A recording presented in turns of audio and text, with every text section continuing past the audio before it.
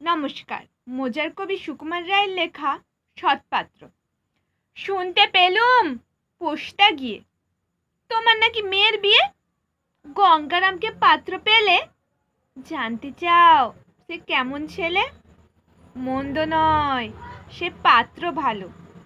রং যদিও বেজে কালো, তার ওপরে মুখের গড়ন অনেকটা ঠিক পেঁচার মতন।